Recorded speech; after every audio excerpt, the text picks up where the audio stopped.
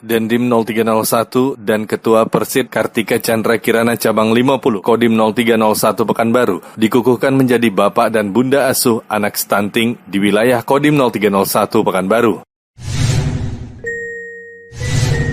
Selayang Kabar.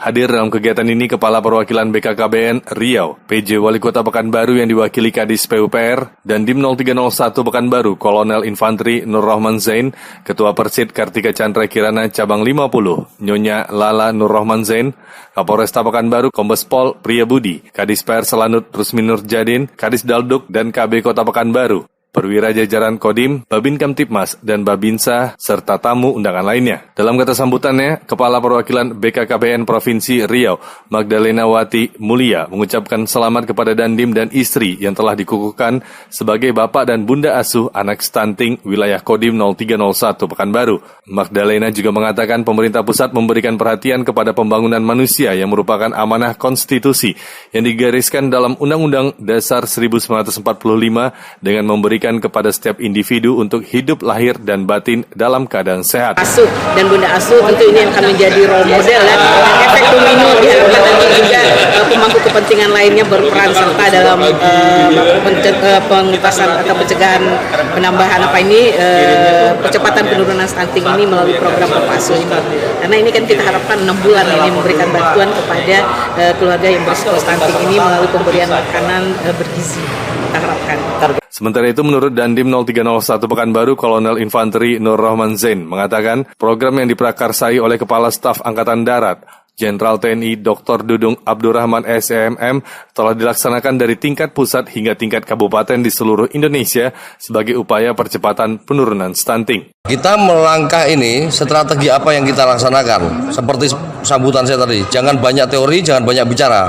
Kita ketemu sama decision maker yang ada di Pekanbaru ini. BKKBN juga nggak bisa ngasih natura. Kodim juga tidak punya dana. Yang ada dari Pemko. Saya dengan Pak Kapolres siap membantu ini. Ini kan hanya sebagai trigger aja tadi untuk menyemangati bahwa langkah-langkah penanganan penurunan angka stunting ini harus segera kita lakukan. Langkah-langkah apa yang Kodim sudah lakukan? Pertama, pembersihan sampah. Kedua, penanganan banjir.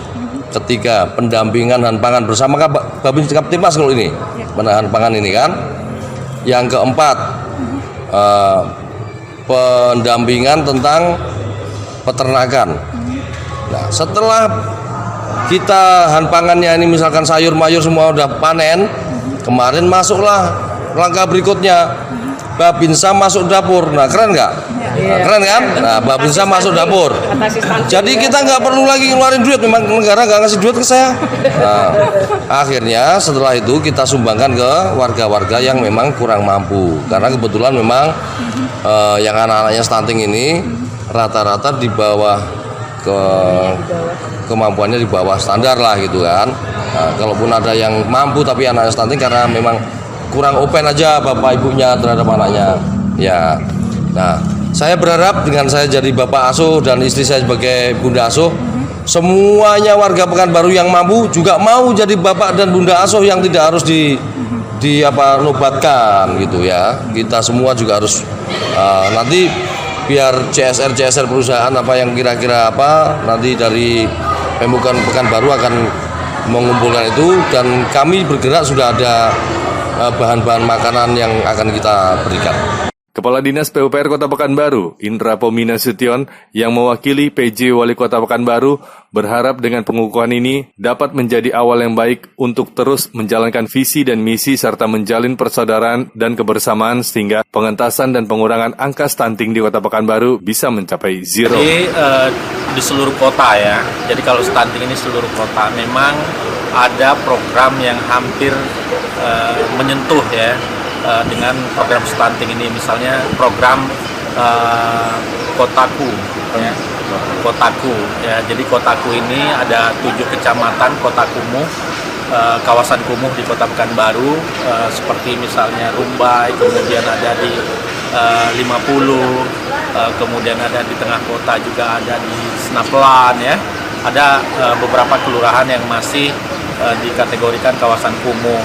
Nah, ini nanti akan menjadi objek kita untuk melakukan perbaikan-perbaikan infrastruktur, baik jalan, air minum, MCK yang paling penting juga ya.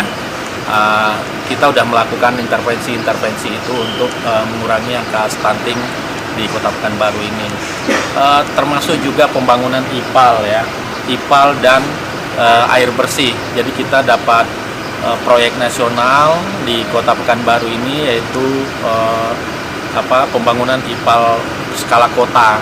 Nah, ini nanti harapannya adalah untuk menurunkan tingkat stunting di Kota Pekanbaru. Sementara itu menurut Kadis Dalduk dan KB Kota Pekanbaru Muhammad Amin mengatakan saat ini tim pendamping sudah diturunkan sekitar 900 orang untuk membantu mengatasi percepatan penurunan angka stunting di Kota Pekanbaru. Saat ini TPK kita bekerja di lapangan, door to door dari rumah ke rumah. Itu ada sekitar 981 orang dari bidan, kader PKK dan kader Bangka Kencana. Dari 991 itu lebih dari 327 tim. Nah, mereka itulah yang selalu melaporkan, baik melalui aplikasi LCMIL maupun melalui kegiatan-kegiatan pelaporan lainnya. Dan saat ini kita sudah melakukan pendampingan sebanyak 7.800 lebih, tidak salah, pendampingan yang sudah dilakukan kader-kader kita di lapangan. Sebenarnya yang harus kita dampingi mungkin harus hampir 70.000, tapi saat ini masih 7.000 karena baru beberapa bulan yang kita lakukan. Mudah-mudahan di tahun depan atau akhir tahun ini sudah mencapai separuhnya, dan di tahun depan sudah tuntas kita dampingi semuanya. Karena pendampingan itu juga akan yang datang, yang kembali berkeluarga segala macam, tentu akan kita dampingi lagi. Apalagi yang mungkin yang nilainya rendah atau HB-nya rendah, kita dampingi lagi. Dari Pekanbaru, Arya Dwi Pangga, Esa TV mengabarkan.